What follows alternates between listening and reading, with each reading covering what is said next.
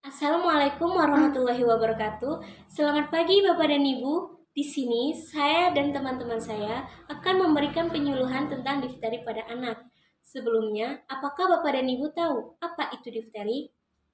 Ya, difteri itu adalah infeksi bakteri yang menyerang selaput lendir pada hidung dan tenggorokan. Baiklah, Bapak dan Ibu, di sini saya dan teman-teman saya akan memperkenalkan diri terlebih dahulu. Saya sendiri, Febri Sasmita sebagai moderator, Fitriana Ika Dewi sebagai penyaji, Eva Novianti sebagai penyaji, dan Farid Gani sebagai notulen. Kami di sini dari Universitas Harapan Bangsa, Fakultas Ilmu Kesehatan, Prodi S1 Keperawatan. Untuk Bapak Ibu, mohon diperhatikan ketika penyaji materi menyampaikan materi ya. Untuk tahap selanjutnya, kita langsung saja ke penyaji materi yang akan disampaikan oleh Fitriana Ika Dewi dan Eva Novianti. Kepadanya saya persilahkan. Di sini saya akan menjelaskan tentang difteri. Difteri adalah suatu infeksi yang disebabkan oleh bakteri Corynebacterium diphtheriae yang menyerang selaput lendir pada hidung dan tenggorokan, serta dapat mempengaruhi kulit. Penyakit ini sangat menular dan termasuk infeksi serius yang berpotensi mengancam jiwa. Tanda dan gejala difteri adalah sakit tenggorokan, suara serak, batuk, pilek, demam, menggigil, lemas, muncul benjolan di leher akibat pembengkakan kelenjar getah bening, sama kulit pucat. Cara-cara penularan difteri adalah terhirup percikan ludah di udara saat penderita bersin atau batuk. Barang-barang yang sudah terkontaminasi oleh bakteri, contohnya mainan atau handuk. Yang ketiga, sentuhan langsung pada luka borok akibat difteri di kulit penderita. Yang selanjutnya yaitu pencegahan difteri. Pencegahan difteri hanya dengan menjaga kebersihan, kesehatan, serta mengonsumsi makanan yang sehat. Pencegahan difteri yang paling efektif adalah dengan melakukan imunisasi. Berikut adalah pembagian vaksin yang dapat dilakukan. Usia kurang dari 1 tahun wajib mendapatkan 3 kali imunisasi difteri. Yang kedua, anak usia 1 sampai 5 tahun wajib mendapatkan imunisasi ulangan untuk difteri sebanyak 2 kali. Yang ketiga, anak usia sekolah wajib mendapatkan imunisasi difteri melalui program biasa untuk siswa sekolah dasar kelas 1, kelas 2, dan kelas 3 atau kelas 5. Setelah itu, imunisasi harus dilakukan setiap 10 tahun, termasuk untuk orang dewasa. Yang selanjutnya, faktor risiko difteri. Yang pertama, anak-anak di bawah usia 5 tahun dan orang tua di atas usia 60 tahun. Yang kedua, belum mendapatkan vaksinasi difteri. Yang ketiga, berkunjung ke daerah dengan cakupan imunisasi difteri yang rendah. Yang keempat, gaya hidup yang tidak sehat. Yang kelima, sistem kekebalan tubuh yang lemah, seperti penderita HIV dan AIDS. Yang selanjutnya adalah komplikasi difteri. Komplikasi difteri yaitu saluran napas tertutup, kerusakan otot jantung, kerusakan saraf, kehilangan kemampuan bergerak, infeksi paru-paru, difteri.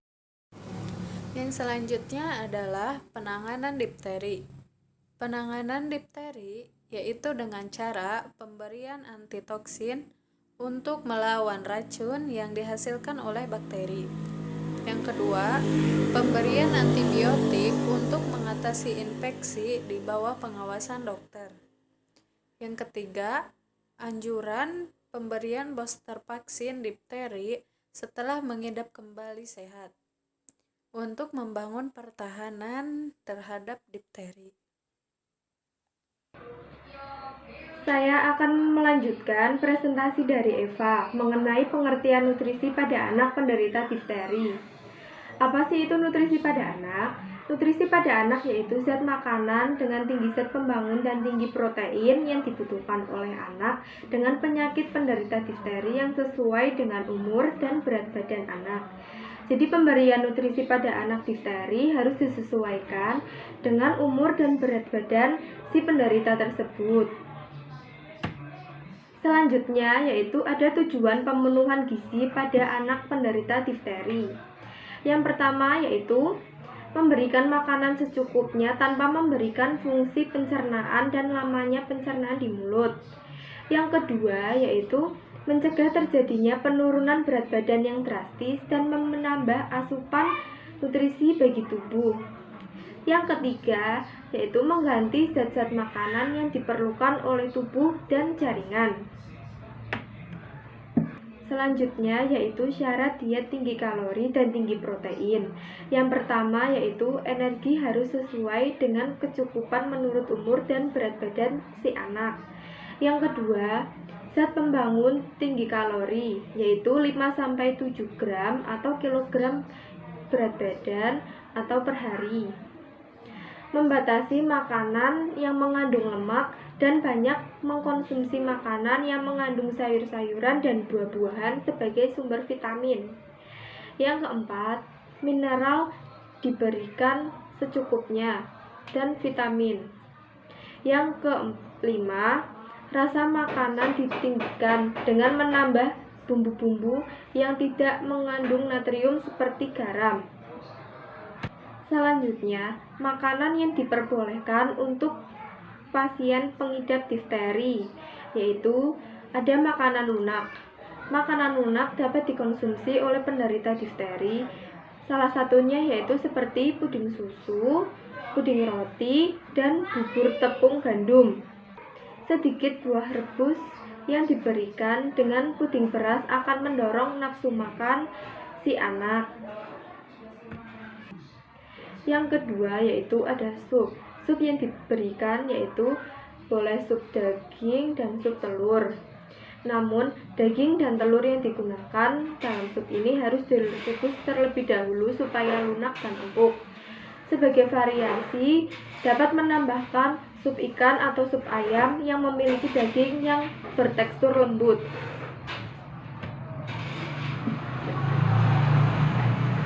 Yang ketiga yaitu ada susu. Susu dapat dikonsumsi oleh penderita difteri.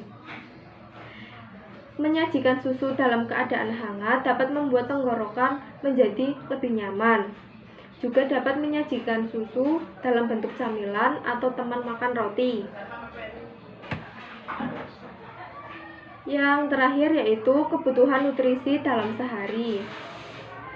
Di pagi hari yaitu kita dapat mengkonsumsi susu bubuk, nasi, telur, tempe, dan sayuran. Sedangkan pada siang hari dapat mengkonsumsi kacang hijau, gula, susu bubuk, nasi, dan daging.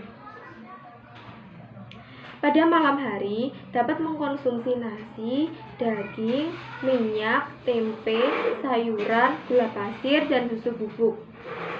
Ya, sekarang untuk sesi tanya jawab, saya akan memberikan kesempatan kepada 3 orang peserta untuk mengajukan pertanyaan yang akan dicatat oleh notulen dan akan dijawab oleh para penyaji.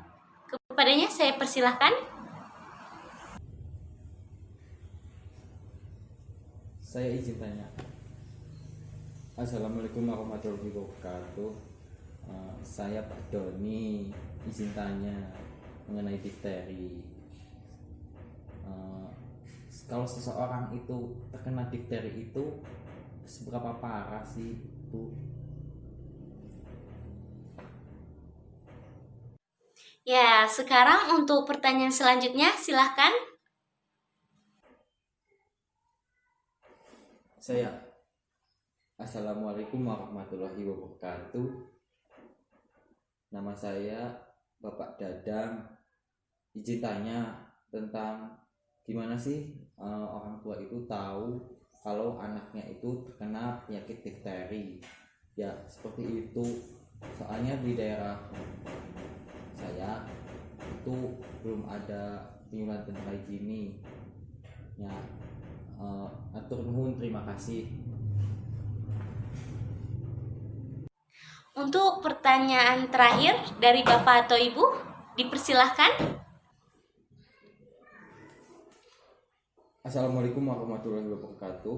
Saya Bapak Gani, izin tanya tentang seberapa efektifkah vaksin difteri untuk orang terkena difteri. Ya, terima kasih. Wassalamualaikum warahmatullahi wabarakatuh. Ya, terima kasih untuk Bapak telah mengajukan pertanyaan untuk jawaban yang akan dijawab oleh para penyaji. Untuk waktu dan tempat saya persilahkan. Saya Fitriana Ika Dewi sebagai penyaji akan menjawab pertanyaan dari Bapak Doni.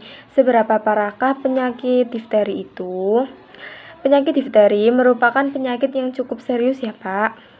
Sebanyak 5-10% orang meninggal akibat penyakit ini. Sebanyak 20% pada kasus tertentu menyebabkan kematian pada sekelompok orang tertentu. Penyakit ini merupakan penyakit masa kecil yang paling ditakuti dan menjadi penyebab utama kematian pada anak-anak, terutama di bawah usia 5 tahun, sebelum ditemukan vaksinasi tersebut. Baik, saya Eva Nopianti.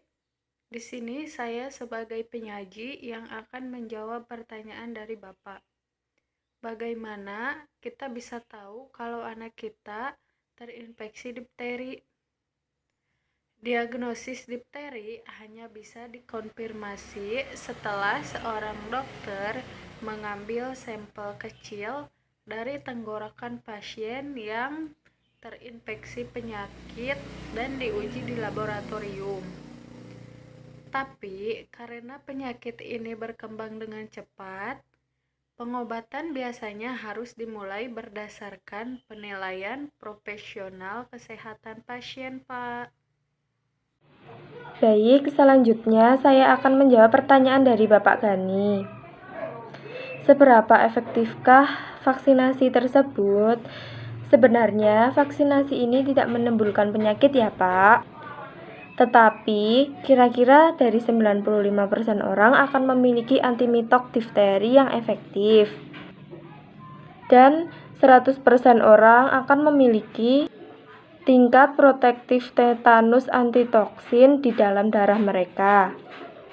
Jadi, Bapak Ibu, kesimpulan dari difteri itu adalah infeksi bakteri yang menyerang selaput lendir pada hidung dan tenggorokan. Tanda dan gejalanya seperti sakit tenggorokan, flu, bersin, batuk, dan lain-lainnya. Cara penularan difteri, terhirup percikan ludah ketika seseorang sedang bersin atau batuk. Cara pencegahan difteri hanya dengan menjaga kebersihan serta mengonsumsi makanan yang sehat saja tidak cukup mencegah penyakit difteri. Faktor resiko difteri: belum mendapat vaksinasi, gaya hidup yang tidak sehat, dan lain-lain. Komplikasi difteri seperti saluran napas tertutup, kerusakan otot jantung, dan lain-lain. Penanganan difteri: pemberian antitoksin untuk melawan racun yang dihasilkan oleh bakteri. Bagaimana Bapak Ibu? Apakah bisa dimengerti? Terima kasih. Demikian acara penyuluhan difteri pada anak pagi hari ini. Apabila ada tutur kata yang kurang berkenan, saya mohon maaf sebesar-besarnya, dan kepada Tuhan saya mohon ampun. Wabillahi taufiq wal hidayah. Wassalamualaikum warahmatullahi wabarakatuh.